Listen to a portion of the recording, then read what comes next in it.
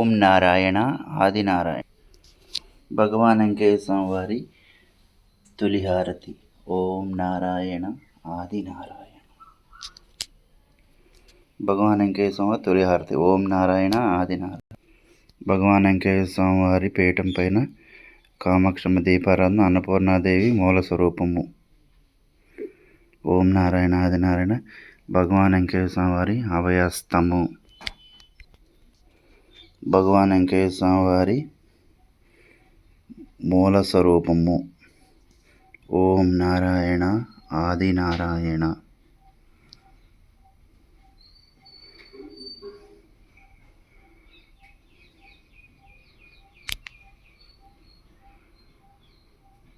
భగవాన్ వెంకయ్య స్వామి వారి మంచినీళ్ళ ముంత. ఈ పక్కన కామాక్షం దీపారాధన, శంకుచక్ర దీపారాధన,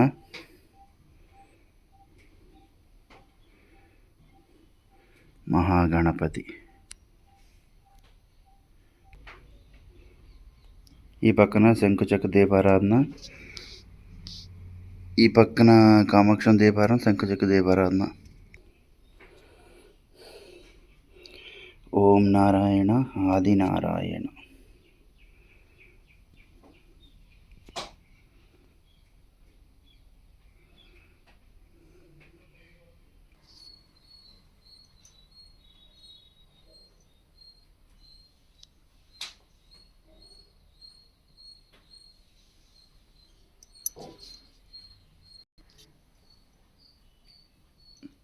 ఓం నారాయణ ఆదినారాయణ.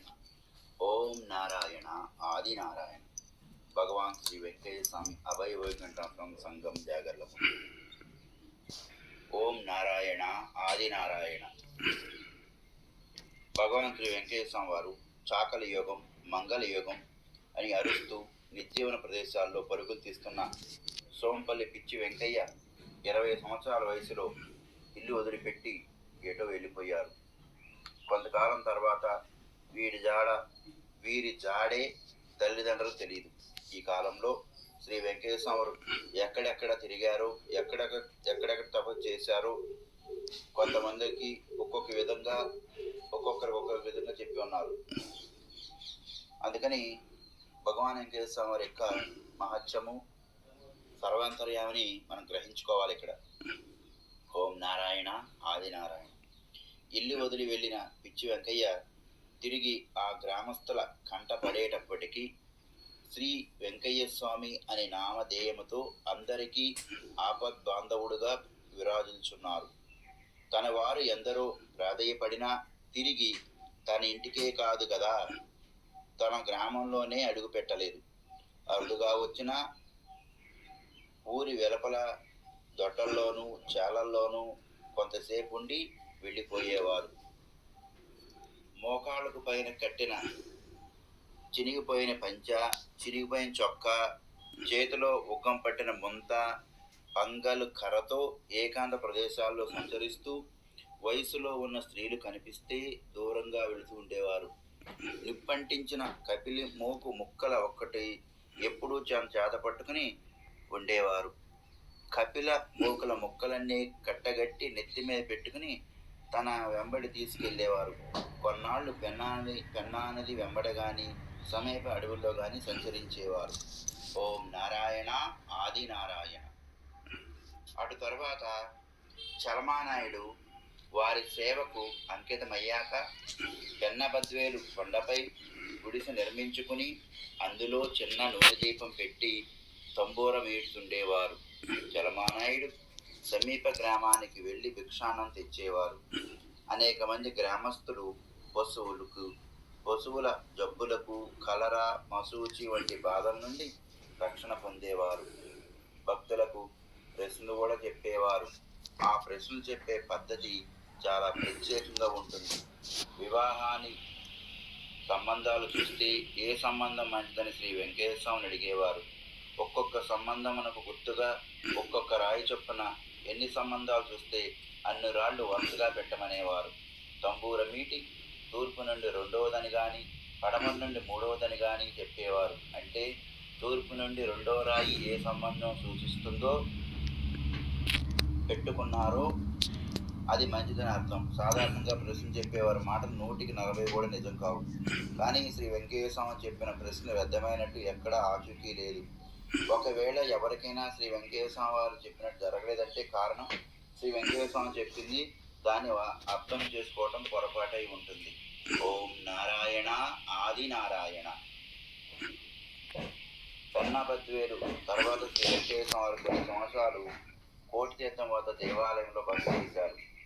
ఇక్కడ శ్రీ వెంకయ్య స్వామి వారు తంబూర ముందు పెట్టుకుని రాత్రింబవుళ్ళు 2 చేతుల్లో 2 ఈత పుల్లలు తీసుకుని నాదం మీటుతూ ఓం నారాయణ ఆది నారాయణ, ఓం నారాయణ ఆది నారాయణ అనే మంత్రాన్ని పెద్దగా ఉచ్చరిస్తుండేవారు.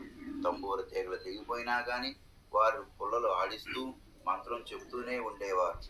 మన లోకంలో లేకుండా నామం చేసేవారు. ఎప్పుడో సృహ వచ్చినప్పుడు తంబూర తీగలు మరలా ముడివేసుకుని అప్పుడప్పుడు అగ్ని కూడా ప్రేల్చేవారు. చలమానాయుడు మొదలైన సేవకులు భిక్షాన్నం తెచ్చేవారు. అటు తర్వాత కొన్నాళ్ళు శ్రీ వెంకయ్య స్వామి వారు సంచారం చేస్తూ ఉండేవారు. ఓం నారాయణ ఆది నారాయణ. అట్లాగే శ్రీ వెంకయ్య స్వామి వారు బొటనవేల ముద్రలు, అభయహస్త ముద్రికలు వేసి భక్తులకు ఇస్తూ ఉండేవారు. నిరంతరం సిరాతో కాగితంపై తమ బటనవేల గుర్తులు వేసి ఆ కాగితములు భక్తులు ప్రసాదించేవారు. అలా ప్రసాదించేటప్పుడు తమ కుడి అరచేతిని తన నెత్తిని తాకించి తర్వాత ఆ ముద్రలు వేసిన కాగితాన్ని తాకించి భక్తులకు ఇచ్చేవారు. నెల్లూరులో అనేక గ్రామాల్లో సంచరిస్తూ ఉండేవారు. చలమానాయుడు, పోలిరెడ్డి వగేరా సేవక బృందం స్వామితో పరిశీలిస్తూ ఉండేవారు. నిరంతరం వీరమిత్రులతో పాటు అరుదుగా అగ్ని సేవనం చేస్తూ ఉండేవారు. రోజుకి ఎన్ని రీములు కాగితాలు ఎంత సిరా వాడేవారో చెప్పలేం. శ్రీ వెంకయ్య స్వామి వారి వలన కృప వలన వ్యాధులు నయమైన వారు, ఆపదలు తీరిన వారు, పశువుల వ్యాధులు నివారించుకున్నవారు ఎందరో ఈ నిరంతర యజ్ఞానికి కాగితములు, సిరాబిళ్ళల బస్తాల కొద్ది సమర్పించేవారు. అటు తర్వాత వేలుముద్రలు తగ్గించి ఎక్కువగా అగ్నిగుండం వేసి నిరంతరం రాత్రిబౌళ్ళు గుండం చెంత ఉండి కట్టెలు సౌరిస్తూ అర్థంగాని మాటలు మాట్లాడేవారు. రోజుకు కనీసం 2-3 బండ్ల కట్టెలు కాల్చేవారు. ఎంత వర్షమైనా మండుటెండైనా సరే అగ్ని చెంతే కూర్చుని ఉండేవారు వెంకయ్య స్వామి వారు. వెంకయ్య స్వామి వారి పందిరి అనే నానుడి ఒకటి ఉంది. శ్రీ వెంకయ్య స్వామి వారు ఉదయం 10 గంటల ప్రాంతంలో సూర్యకిరణములు తన తలపై పడకుండా ఉండేందుకు ఓ కర్ర నాటి దానిపై తాటిమట్ట తగిలించేవారు. తాటిమట్ట తగిలించిన ఒక అరగంట వరకు నీడ ఉంటుంది కానీ అటుపైన నీడ పక్కకు జరిగి శ్రీ వెంకయ్య స్వామి వారు ఎండలోనే ఉండేవారు. శ్రీ వెంకయ్య స్వామి వారు అగ్నిని ప్రేల్చే పనిలో నిమగ్నమైతే ఇక మన లోకంలో ఉండరు గనక ఇది నీడ ఎండ అనే తెలిసేది కాదు. 2-3 పగళ్ళు రాత్రులు అలాగే అగ్ని ముందు కూర్చున్న రోజులు ఉన్నాయి. ఎప్పుడు ఆ గుండానికి సమీపంలో కానీ గోనె సంచిపై పడుకుని యోగ నిద్రకు ఉపక్రమించేవారు. ఈ దశలో మొలకు పంచ కొన్నాళ్ళు ధరించేవారు.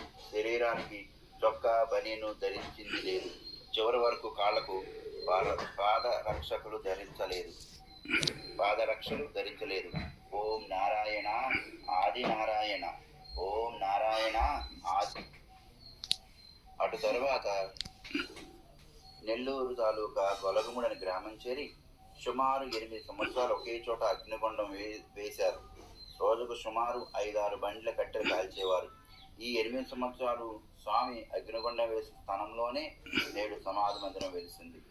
రమణయ్య అనే భక్తుడు దున్నపోతుల బండితో నిరంతరం కట్టెలు తోలుతుండేవారు. మోపరు దశయ్య, వెంకటయ్య మొదలగు సేవకులు శ్రీ వెంకయ్య స్వామి వారికి కట్టెలు, బొంతజేముడు చెట్లు కొట్టేవారు. పగటిపూట అప్పుడప్పుడు శ్రీ వెంకయ్య స్వామి వారు కూడా వీరితో అడిగి వెళ్ళేవారు. అయితే శ్రీ వెంకయ్య స్వామి కట్టెలు కొట్టే తమ సేవకుల నుండి కొంత దూరంలో ఏకాంతంగా తిరిగేవారు. కొన్నాళ్ళు పలానా చెట్లు మాత్రమే కొట్టమని శ్రీ వెంకయ్య స్వామి చూపేవారు. ఈ నిరంతర అగ్నిగుండం వల్ల కొన్ని మైళ్ళ దూరం అడవి సమూలంగా నిర్మూలమైంది. ఇదంతా పంట చేలవుతాయ్యా, ఇక్కడ ఊరవుతుంది ఇక్కడ ఊరవుతుంది గోపాదమంత స్థలం చిక్కదని ఆనాడు శ్రీ వెంకటేశ్వర స్వామి చెప్పిన మాటలు ఈనాడు నిజమయ్యాయి. ఈ 8 సంవత్సరాలు శ్రీ వెంకటేశ్వర స్వామి అగ్నిగుండం వేసిన స్థలంలోనే నేడు శ్రీ వెంకటేశ్వర స్వామి సమాధి మందిరం వెలిసింది. ఓం నారాయణ ఆదినారాయణ. శ్రీ వెంకటేశ్వర స్వామి ఎక్కువగా తమకు బుద్ధి పుట్టినప్పుడల్లా తమకు తోచిన గ్రామాల్లో సంచరించేవారు. తర్వాత వారి కాళ్ళు ఏ కారణంగా స్వాధీనం లేకుండా పోయి వైద్యం చేయించాలంటే శ్రీ వెంకటేశ్వర స్వామి సుతరాం ఒప్పుకోలేదు. పూర్వం నేను బాగుని కొట్టాను, దాని ఫలితమని ఇది కనుక దాన్ని నేను అనగవించి కర్మదోషాన్ని పోగొట్టుకోవాలి కనుక నేను మందు తీసుకుని ఖండితంగా చెప్పాను. శ్రీ వెంకటేశ్వర స్వామి నడవలేనందున ఒక చోట ఉండేవారు. ఒక సేవకుడు రోజు రేటు నన్ను తాటాక్ మీద కూర్చోబెట్టి కొంచెం దూరం లాక్కుపోయాని అడిగారు. అతడు అలాగే చేశాడు. తాటాక్ మీద తీసుకుపోవటం శ్రీ వెంకటేశ్వర స్వామి వారికి బాధగా ఉంటుందని భావించి 6 అంగుళాల ఎత్తుగల 4 చక్రాల బండిని చేయించి దానిపై కూర్చోబెట్టి శ్రీ వెంకటేశ్వర స్వామి కోరిన చోటకు భక్తులు లాక్కుపోయేవారు. ఒక్కొక్కప్పుడు బండి గతుకుల్లో పడి ఒళ్ళంతా అదిరేది. తర్వాత భక్తులు డోలీలో మోసుకుపోతాం అడిగి శ్రీ వెంకటేశ్వర స్వామి అంగీకరించాక వారు అలాగే స్వామిని మోస్తుండేవారు. ఈ విధంగా మహాసమాధికి 2 సంవత్సరాల ముందు వరకు శ్రీ వెంకటేశ్వర స్వామి వారు నెల్లూరు, పొదలకూరు, చిట్టేపాలెం, పెన్నబద్వేలు, పుల్లూరు, రాజుపాలెం, సోమశిల, కోటితీర్థం, ఇనుకుర్తి, ముదిగేడు, లేగపూడి, తలుపూరు, కలిచేడు, నవకోటి, సిద్దలకోన, చల్లపల్లి, తిరుపతి, కంచి, సంగం, నెల్లూరు, గణపర్తి, మైపాడు, ఇందుకూరుపేట, గొలగమూడి మొదలగు ప్రదేశాల్లో తరచుగా సంచరిస్తుండేవారు. శ్రీ వెంకటేశ్వర స్వామి ఏనాడు గృహస్థులను ఆశ్రయించలేదు. దేవాలయము, పాడుబడ్డ ఇల్లు, చావిడి, పాఠశాల, వేప చెట్టు మొదలగు వాటిని ఆశ్రయించేవారు. మరి అచంచలమైన భక్తితో, విశ్వాసంతో, భక్తి శ్రద్ధలతో గృహస్థులు మనస్ఫూర్తిగా ఆర్తితో ఆహ్వానిస్తే వారి గృహమునకు వెళ్ళేవారు. కానీ అచ్చట కూడా వారి ఇంటి బయట కానీ గొట్టంలో కానీ వరండాలో కానీ ఉండేవారు. వర్షం వచ్చి తడుస్తున్నప్పుడు టూరు కిందైనా ఉదుక్కుని ఉంటారే కానీ ఇంట్లోకి రారు. ఎక్కడైనా ఇళ్లలోకి వచ్చి వేసారంటే ఆ ఇంటి వారు చాలా అదృష్టవంతులు అన్నమాట. శ్రీ వెంకటేశ్వర స్వామి వారు ఒక్కరే తిరిగేటప్పుడు తనకు తీవ్రంగా ఆకలైనప్పుడు భగవంతుడు చూపిన ఇంటికి వెళ్ళి వాళ్ళు పెట్టిది తిని వెళ్ళిపోయేవారు. అయితే అన్నం ఉంచుకుని లేదని చెబితే పలానా చోట పలానా ఉట్టి మీద పలానా కూర ఉన్నది తాను చూసినట్టుగా చెప్పేవారు. కనుక పిచ్చి అంటే సామాన్యుడు కాడని అడిగిన వారు తప్పక అన్నం పెట్టేవారు. దానికి 100 రెట్లు ప్రతిఫలితం పొందేవారు. ఓం నారాయణ ఆదినారాయణ.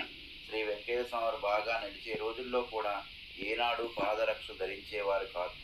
అడవుల్లో తిరుగుతుండేవారు.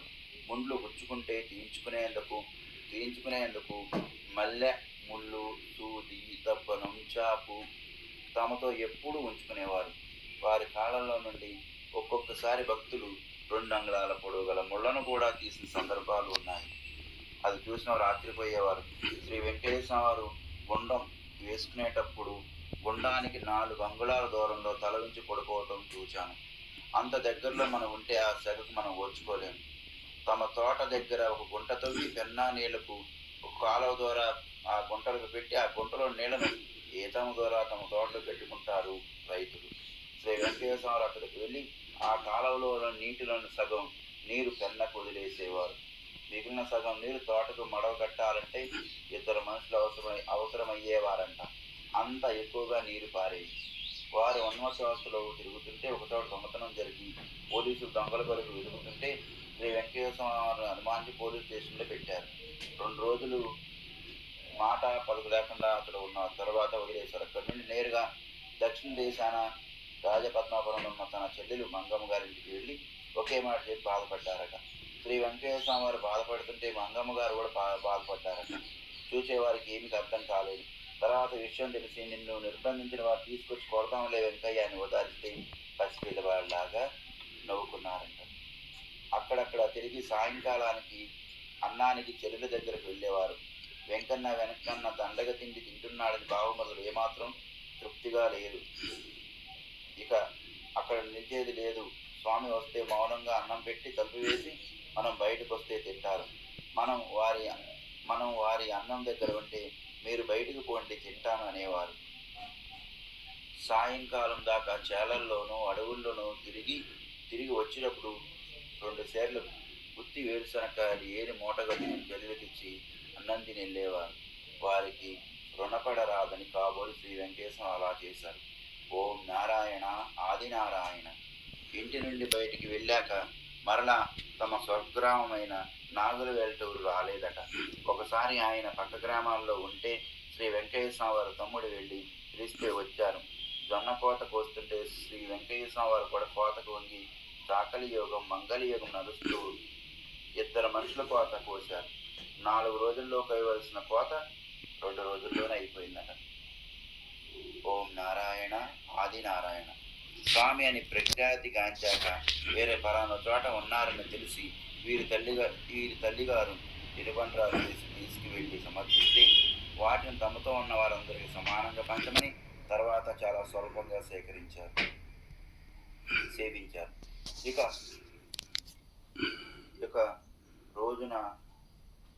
ఒక రోజున శ్రీ వెంకటేశ్వర మంగమ్మ గారింట రాత్రి భోజనం చేసి వెళ్ళి అంతలోనే మరలా వచ్చి, బావా మంగమ్మ ఏదో మందు పెట్టింది, ఒళ్ళంతా సోదులతో కూర్చున్నట్లు మంటలు చురుకులుగా ఉంది, అన్నం తినాలి పెట్టండి అన్నారు. అప్పటి వరకు అందరూ భోజనం చేసి పడుకున్నారు. ఇప్పుడెక్కడ వెంకయ్య, అన్నం లేదు, పొద్దున్నే వండి పెడతాను అన్నారు. అట్లాగైతే ఒడ్లు కానీ రాగులు కానీ పెట్టమని అడిగారు వెంకటేశ్వర. 2 సేర్లు రాగులు పెట్టించుకుని పోయి వాటిని తాను తినకుండా పుట్లో ఉన్న చోట వెతికి చీమలకు పోశారు. చీమలి ఆకలి తీరితే ఆయన ఆకలి తీరుతుంది కాబోలు. ఓం నారాయణ ఆదినారాయణ. బద్వేలు గ్రామం వద్ద అంకాలమ్మ కోట అనే చోట పెన్నా నది 20 అడుగుల వెడల్పు కలిగి పారుతుంది. శ్రీ వెంకటేశ్వర వారు అచ్చట ఆ నదికి స్వయంగా ఇసుక మోసి 5 అడుగుల ఎత్తున కట్టగట్టేవారు. అలాంటప్పుడు జయరామరాజు వెంకయ్య ఇసుక మోసి శ్రీ వెంకటేశ్వర వారు సహాయం చేసేవారు. పెన్నా నది ప్రవాహం ఆగి నీళ్లు నిలిచి ఆ నీళ్ల నుండి 2 అడుగుల వెడల్పు కాలువ తీసి ఆ నీటిని నది ప్రవాహ దిశ వ్యతిరేక దిశలో కొంత దూరం పారించి తిరిగి ఆ నీటిని నదీ ప్రవాహంలో కలిపేవారు. ఆ విధంగా ఆ చిన్న కాలువ నీరు నదీ ప్రవాహంలో కలిసే చోట కంపాతుకు నీటిపై పెట్టి తన వద్ద ఉన్న కాల్చిన కట్టెల మోపు నిప్పు ఆ కంపకు పెట్టేవారు. ఆ మంట వేస్తూ మనుషుల్ని ఎవరిని దగ్గరకు రానిచ్చేవారు వారు. ఆ నీటిని ముంటతో తీసుకుని మంటకు ఇరువైపులా తిరగబోస్తుండేవారు. సేవకులతో అనేవారు, అయ్యా ఈ నీళ్లు విలువ ఎంత అనుకున్నావు? తులం 3.5 కోట్లు. ఈ రోజు లోకం అంతటికి ఖర్చు పోను ఇంకా డబ్బు మిగిలింది అనేవారు. ఎందుకు స్వామి ఇదంతా అంటే, పెద్దమ్మవారు దూములు వైద్యం కలివి కాని రోగాలు పామును తగ్గేందుకయ్యా అనేవారు.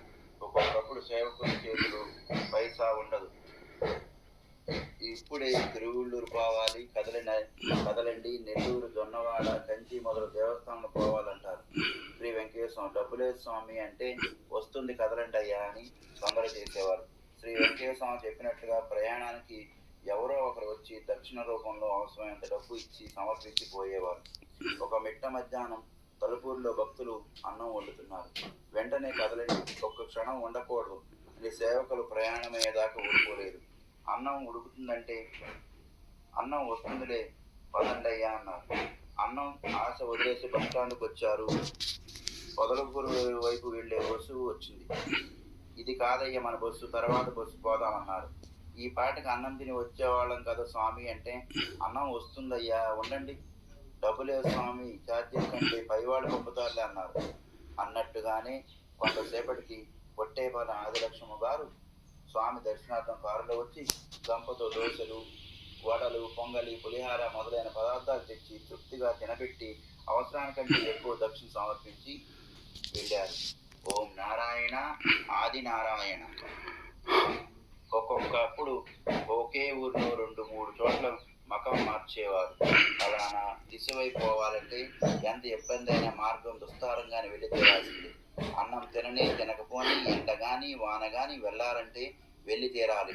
శ్రీ వెంకయ్య స్వామి వారు నడిచేటప్పుడు కూడా అలాగే తిరిగేవారు.